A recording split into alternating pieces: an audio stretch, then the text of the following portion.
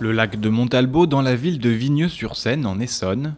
Un écrin de verdure prisé par les pêcheurs et les adeptes de voile, mais dont plus personne ne peut aujourd'hui profiter. Toute activité y est interdite après 2 épisodes de pollution en 2016 et 2018. C'était un lieu assez connu pour la pêche dans le département, en tout cas, là, du fait que c'est un plan d'eau qui est assez ancien. Il y avait par exemple des carpes de prise de plus de 30 kg et des brochets de plus d'1 mètre régulièrement de pris. Ouais. Le plan d'eau, là, à l'heure actuelle, il est vide, dû à la pollution, au rejet qu'il y a eu dedans. Tout est mort par asphyxie, en fait.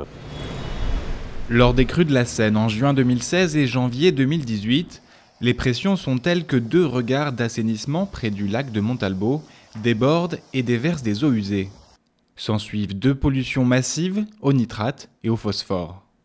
Le SIAP, service public de l'assainissement francilien, en charge de l'ouvrage depuis avril 2017, ne se considère pas seul responsable du dernier épisode de pollution. Les regards, qui sont les mêmes qui avaient débordé en 2016, ces regards ils avaient été réparés par le CIVOA. À l'été 2017, au moment du transfert, le CIVOA nous a rétrocédé l'ouvrage, a réparé les 2 regards, et c'est les réparations qui n'ont pas tenu.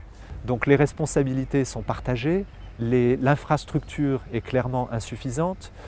En moins de 9 mois, au moment de la crue, le SIAP n'avait pas le temps de remettre l'ouvrage en service de façon satisfaisante. L'heure est maintenant à la dépollution. Option choisie, pomper en 2 mois les 900 000 mètres cubes d'eau du lac, envoyés vers l'usine de retraitement de Valenton. On pompe à un débit de 650 mètres cubeurs. Le lac, naturellement, est alimenté par la nappe phréatique. Donc au fur et à mesure qu'on pompe, la nappe réalimente le lac de façon à ce qu'il ne baisse pas de trop.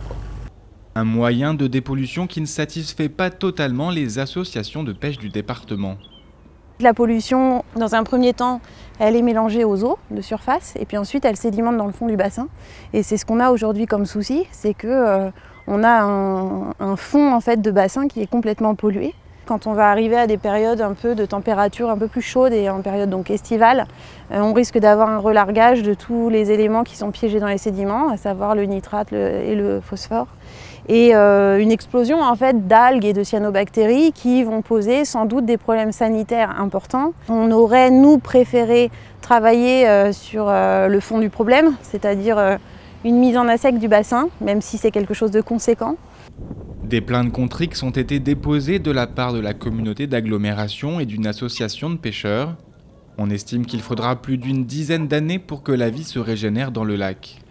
Au total, ce sont plus de 2 millions d'euros qui seront investis pour dépolluer le lac et moderniser l'ouvrage d'assainissement.